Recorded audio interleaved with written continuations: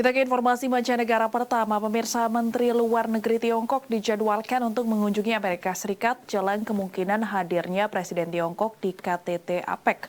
Di tengah konflik Israel-Hamas dan Rusia-Ukraina, Amerika Serikat berharap Tiongkok bisa membuka jalur komunikasi untuk membatasi dampak konflik.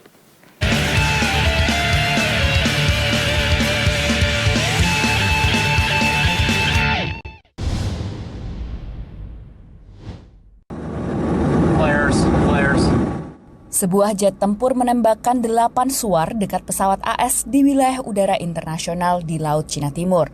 Dalam video baru yang dirilis Pentagon, AS menyebut insiden ini sebagai peningkatan tajam kehadiran pesawat militer Tiongkok dengan manuver berbahaya dan koersif dalam 2 tahun belakangan. Tiongkok menyebut tuduhan AS tak berdasar dan menaikkan tensi kawasan. 为菲律宾侵权挑衅行为站台背书，用心十分险恶。中方对此强烈不满和坚决反对。 Insiden ini terjadi ketika AS dan Tiongkok mempersiapkan diri untuk pertemuan tingkat tinggi kunjungan Menteri Luar Negeri Tiongkok Wang Yi ke Washington. With respect to potential mediators, I would say we think at this time the appropriate step is not mediation with Hamas, but Israel defending itself, as any country could. China has lines of communication with a number of countries in the region. So if China could do something to prevent the conflict from widening, that is certainly something that we would welcome. Februari 2022 lalu, Tiongkok dan Rusia menegaskan hubungan keduanya lewat kemitraan tanpa batas. Kedekatan ini membuat pejabat Amerika khawatir akan mempengaruhi hubungan pemerintah di Washington dengan Beijing.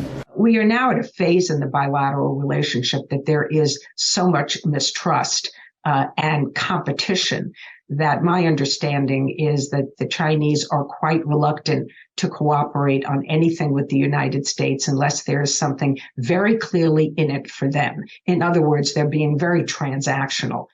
Selain potensi konflik militer dan perang antara Rusia dan Ukraina serta Israel dan Hamas, Amerika Serikat dan Tiongkok punya sejumlah agenda penting untuk dibahas, terutama terkait kompetisi ekonomi kedua negara dan juga krisis fentanyl yang terjadi di Amerika Serikat.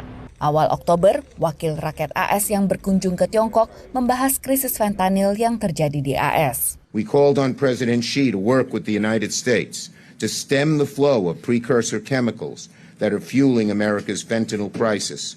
We urge President Xi to open a channel of communication to stem the flow of fentanyl precursor chemicals.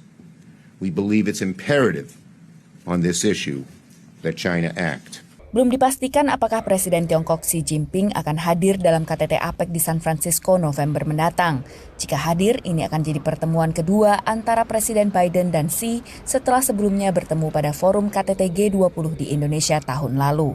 Dari Washington DC, Virginia Gunawan dan tim VOA.